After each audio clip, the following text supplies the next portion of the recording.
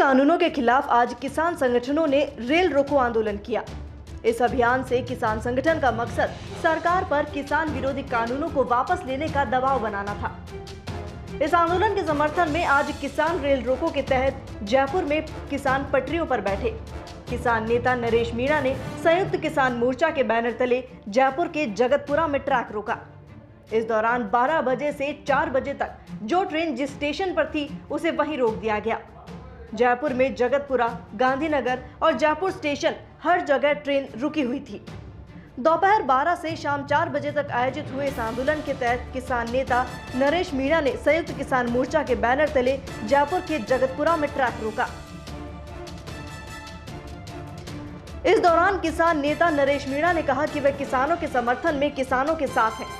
उन्होंने कहा, जब तक किसानों की मांगें नहीं मान ली जाती तब तक किसानों के समर्थन में इसी तरह से आंदोलन करते रहेंगे। जेपी आंदोलन की देन है जिसमें लालू यादव, मुलायम यादव जैसे नेता निकल के आए। इस देश में आजादी की लड़ाई भी लड़ी गई, आजादी का भी लंबा आंदोलन चला जिसमें भगत सिंह, चंद्रशेखर आजाद जैसे महान पुरुष हमारे बीच में रहे और नाम करके चले गए। आपका भाई का भी एक सपना था कि अगर इस जिंदगी में आए तो कुछ ऐसा करके जाए जो जब जाए इस जिंदगी से वापस लौट के जाए तो दुनिया याद करे, आपके भाई को भी याद करे। ऐसा कुछ करने का, गुजरने का मन था मेरे भाई। आज हमने जो मूवमेंट को लेकर आप लोगों को जो कॉल दिया है, आप आज रेल रोको का आंदोलन है और रेल रोको का हमें 4 घंटे मिला था, उसमें 1 घंटा हमारा निकल गया होगा, 3 घंटे हमारे पास बचे हैं। लेकिन मित्रों, 4 घंटे तक ट्रेन की पटरियां हमारी, हमारे बाप की।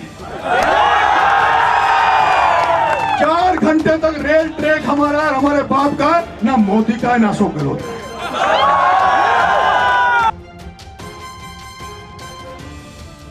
दिल्ली में चल रहे कृषि कानून के खिलाफ किसान आंदोलन को लेकर भरतपुर में रेलवे स्टेशन पर भी किसान रेल रोको आंदोलन को सफल बनाने के लिए पहुंचे। देखिए, ऐसा है कि भारतीय किसान यूनियन के आह्वान पर पूरे भारत के अंदर रेल रोको आंदोलन का जो आह्वान किया गया था, उसके तत्वावधान में हमारे भाई नरेश मीणा और सभी साथियों के साथ में मिलकर आज हम इस ट्रैक के ऊपर हैं। पहले सभा हुई जिसके अंदर अलग अलग वक्ताओं ने बोला और इस काले कानूनों को किसी भी कीमत पे स्वीकार करने का कोई मतलब ही पैदा नहीं होता। हम इसको रिपील करना चाहते हैं और क्योंकि हमें नहीं चाहिए। आज अगर मैं आपसे पूछूं कि आप अपने बेटे को बोलते हैं कि साहब मैं तेरे को चीनी की दुकान खोल के देना चाहूँ या किराने की दुकान खोल के देना चाहूँ, बेटा कहता है साहब मैं तो कार का शोरूम खोलना चाहता हूँ या कार की वर्कशॉप खोलना चाहता हूँ, क्या जबरदस्ती करेंगे आप उनसे? शायद नहीं करेंगे। क्यों? मालूम है कि बेटा जब करेगा ही नहीं तो मैं उसे खोलकर अपना पैसा क्यों बर्बाद करूं? उसी तरीके से जब किसान चाहता ही नहीं है कि हमें ये कानून चाहिए, सरकार क्यों थोपना चाह रही है? क्यों सरकार चाह रही है कि साहब ये किसी तरीके से, क्योंकि सरकार की मंशा साफ नहीं है। ये संसद के अंदर नजर आ गया, क्योंकि जिस तरीके से उन्होंने कानून पास करवाए हैं, ना किसी पार्टी से उन्होंने बात करी, ना किसी पार्टी से चर्चा करी, ना किसी किसान संगठन से बात करी, और जिस तरीके के कानून बनाए हैं उसके अंदर मैं आपको बता देता हूं कि जो ये कृषि कानून है ये राज्यों का मसला है। सरकार, केंद्रीय सरकार को हक नहीं है, लेकिन उन्होंने एक पतली गली निकाल के जो आवश्यकता अधिनियम जो है उसके अंदर एक सेक्शन 3 है जिसके अंदर ये बदलाव नहीं कर सकते थे। इन्होंने उसके अंदर सब सेक्शन जोड़ के और जो चीज़ें आम जनता के लिए है उसको बाहर निकाल के और खुला कर दिया है। आज अपन मान लेते हैं कि जो संग्रहण का जो एक लिमिट थी सरकार पे आज 70 साल से चल रही थी कि कोई भी व्यापारी इससे ज़्यादा लिमिट से वो संग्रहण नहीं कर सकता, लेकिन आज सरकार ने खोल दिया। मान लीजिए कि आज सारा गेहूं, दाल, चावल, चीनी, मैं किसी का नाम नहीं लूँगा, किसी कॉर्पोरेट घराने का नाम नहीं लूँगा, वो खरीद के अपने गोदामों में रख लेता है। और आज जो पिछले 70 साल से जो राशन की व्यवस्था जो हमारे बीपीएल के लोगों के लिए चल रही है, क्या वो कहाँ से लेंगे? क्योंकि कॉर्पोरेट घराने जो खरीदेंगे वो तो अपने पास से देंगे नहीं, सरकार खरीदेगी नहीं। जब वो नहीं खरीदेगी सरकार और कॉर्पोरेट घराने अपने पास में रखेंगे तो फिर गरीब आदमी कहाँ जाएगा? आप सोचें। किसान एकता जिंदाबाद, किसान एकता जिंदाबाद। केंद्र की सरकार है वो तो अब भी अड़ी हुई है। सरकार के अड़ने से क्या होता है?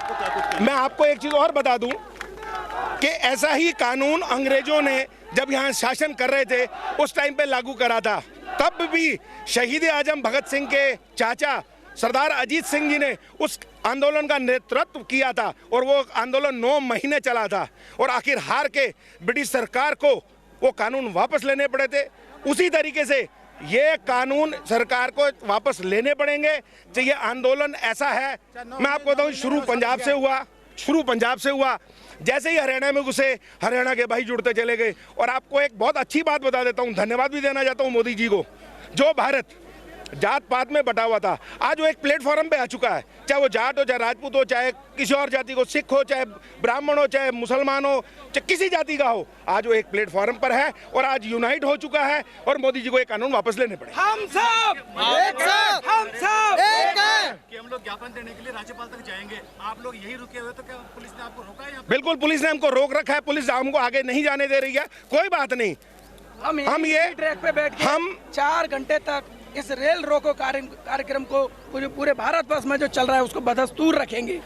मोदी सरकार ने कोरोना गाइडलाइन की अंदर मोदी सरकार ने सरासर पूरे देश को जब लॉकडाउन के बीच में पूरे देश को जब लॉकडाउन में डाल रखा था, तब चुपके से ये 3 किसान विरोधी काले कानून अध्यादेश के माध्यम से पारित करा लिए। और जब संसद खुला तो संसद में, लोकसभा राज्यसभा में दोनों ने कानून पास करा के और इन कृषि कानूनों को पास करा लिया। ये देश की जनता, इस देश के किसानों के खिलाफ बहुत बड़ी साजिश है। ये हमारी जो खाद्य सुरक्षा के अधीन जो गरीब किसानों को अनाज मिलता है, ये हमारे लिए एक तरह का छलावा है। मोदी सरकार खाद्य सुरक्षा गारंटी को खत्म करना चाहती है।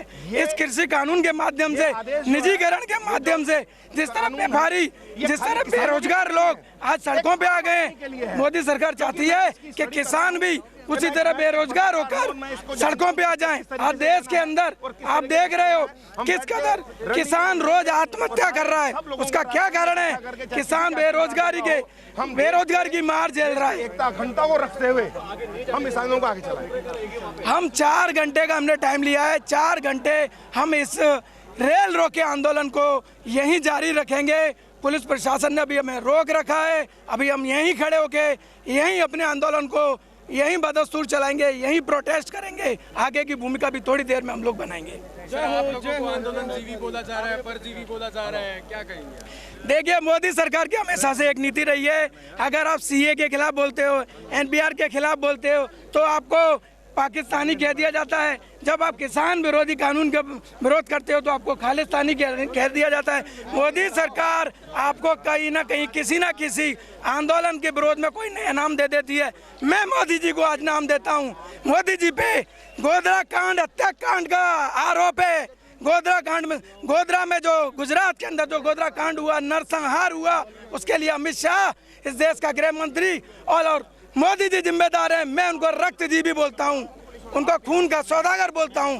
वो हमें क्या नाम देंगे? हम किसान हैं, हम आंदोलनकारी हैं।